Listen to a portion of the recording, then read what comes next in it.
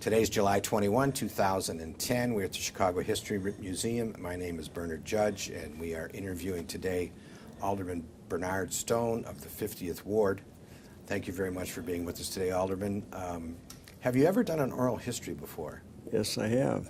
Do you remember how many? I don't remember the number, but the last one I done was on Richard J. Daley.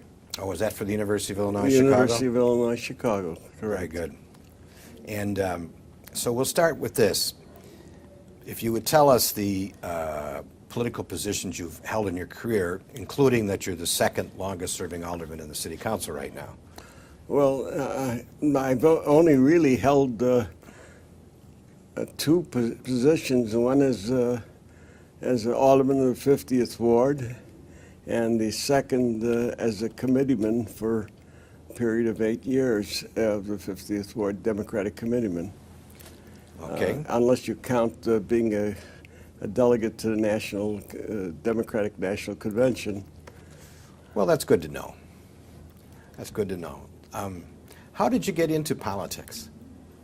I volunteered as a precinct captain in 1952 when I moved into the 50th Ward.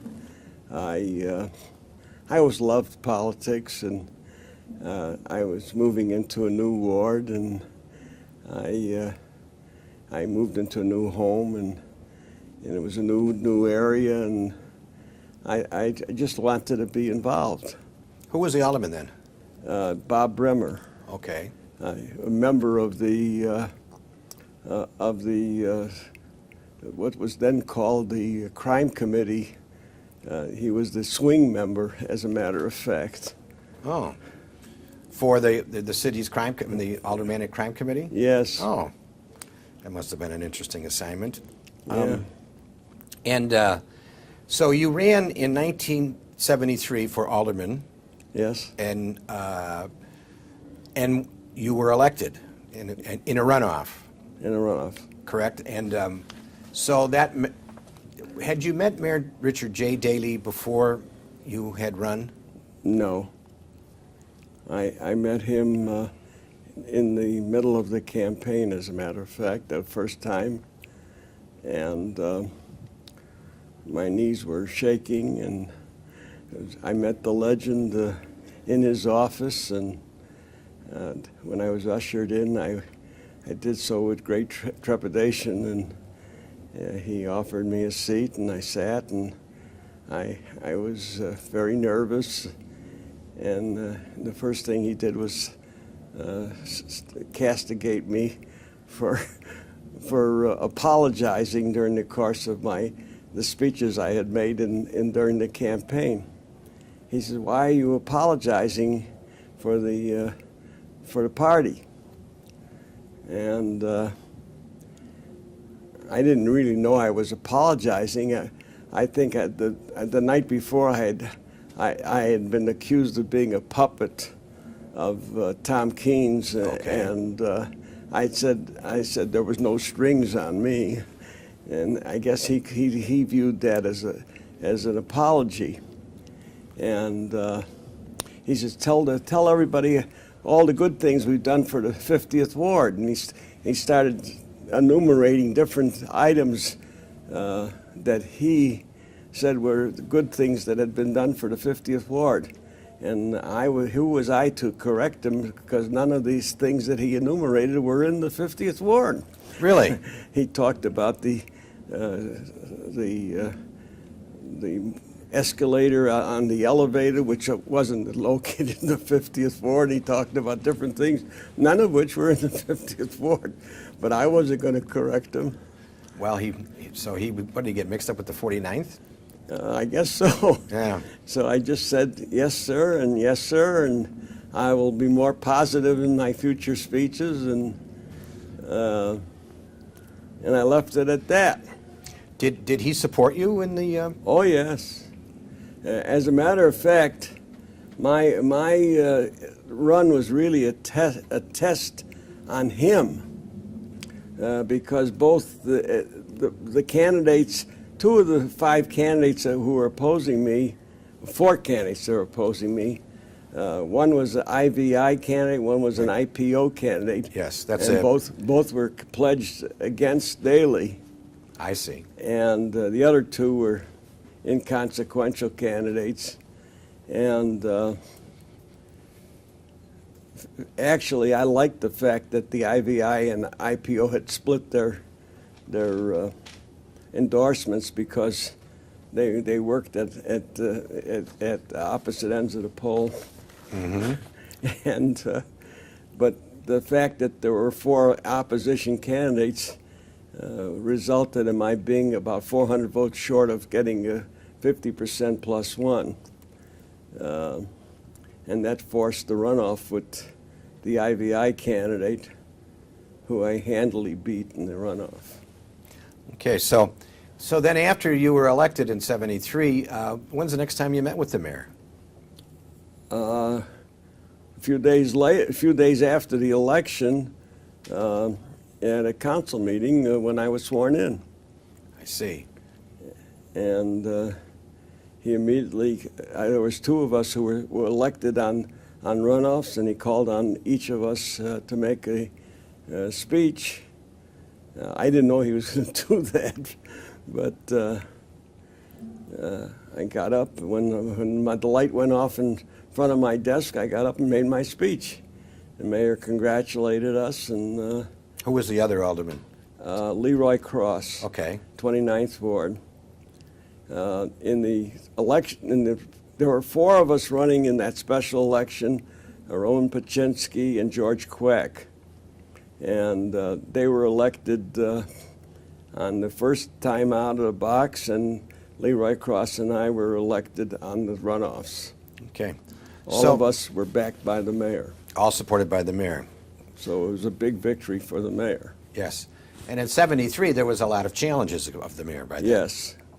Yes. That was. And then John Holan was the Republican candidate against the mayor in '75, and Billy Singer challenged the mayor in the Democratic primary. Correct.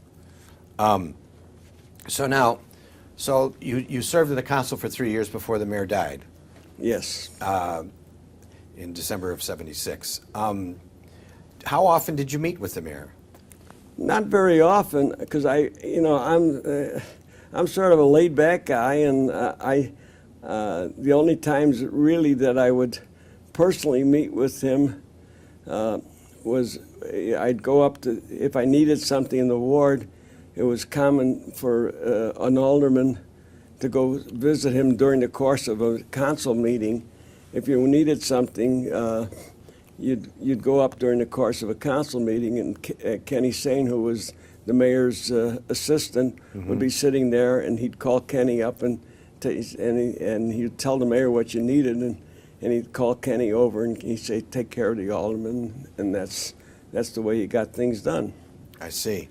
And otherwise, basically, it was a much more structured, and for instance, a freshman alderman, even though he wasn't on the finance committee, would have to attend finance committee meetings, and Tom Keene was really the barn boss, and you got your instructions primarily from Tom Keene, even though it wasn't a formal instruction, but you learned the ABCs basically by attending finance committee meetings or by asking questions privately from Alderman Keene. Right. Or in my case, Paul Wagoda sat next to me, and Paul was an old friend. I had known Paul for many years before that, and Paul would help me, even though I got in trouble at my first meeting. What do you mean you got in trouble?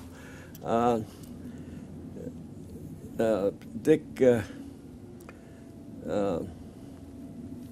Simpson came up to me with what seemed to be an innocuous resolution, and I signed it.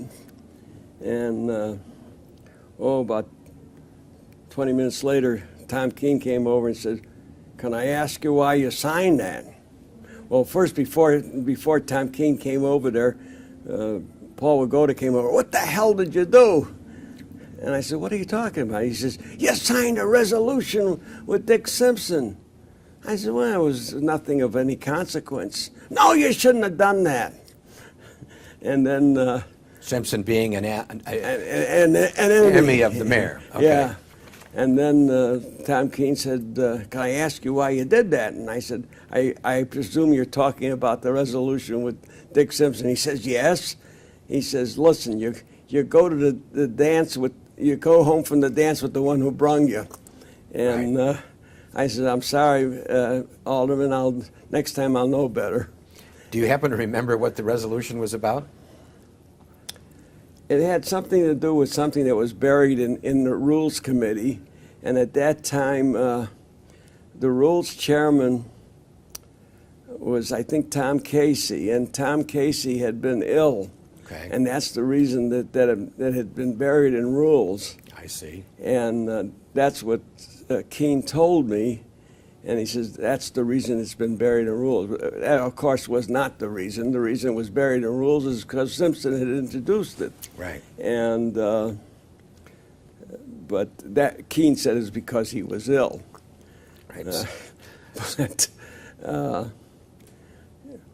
So but in it- council matters, you would deal with Tom Keene, and then in ward matters that went beyond the council, yeah, you would well, deal with the mayor. except in other matters, you like, I was on the Environment Committee, and Mike Belanik was chairman of that, and we had a very important matter that was in the Joint Committee of Environment and Zoning, which was, which is still a key issue now, which is the Plan Development and Lakefront Protection Ordinance. Yes. And I got thrust into what was a very important ordinance immediately when I first came into the council. And Mike Belanik schooled me on that, and Paul Wagoda was also on that committee, and Paul took me to some public meetings on that. And I got a good background on plan development and lakefront protection in that. And Mike Belanik became a good friend as a result of my serving on that committee. So I did get some good grounding in education from two guys who were pretty knowledgeable, in Paul Wagoda and Mike Belanik. Now did, and one went on to be Supreme Court Justice, and the other one went on to get in some trouble. Yeah, well, in my belief, Paul, the property involved was in my ward, and my belief is Paul was innocent, but that's beside the point. Yes.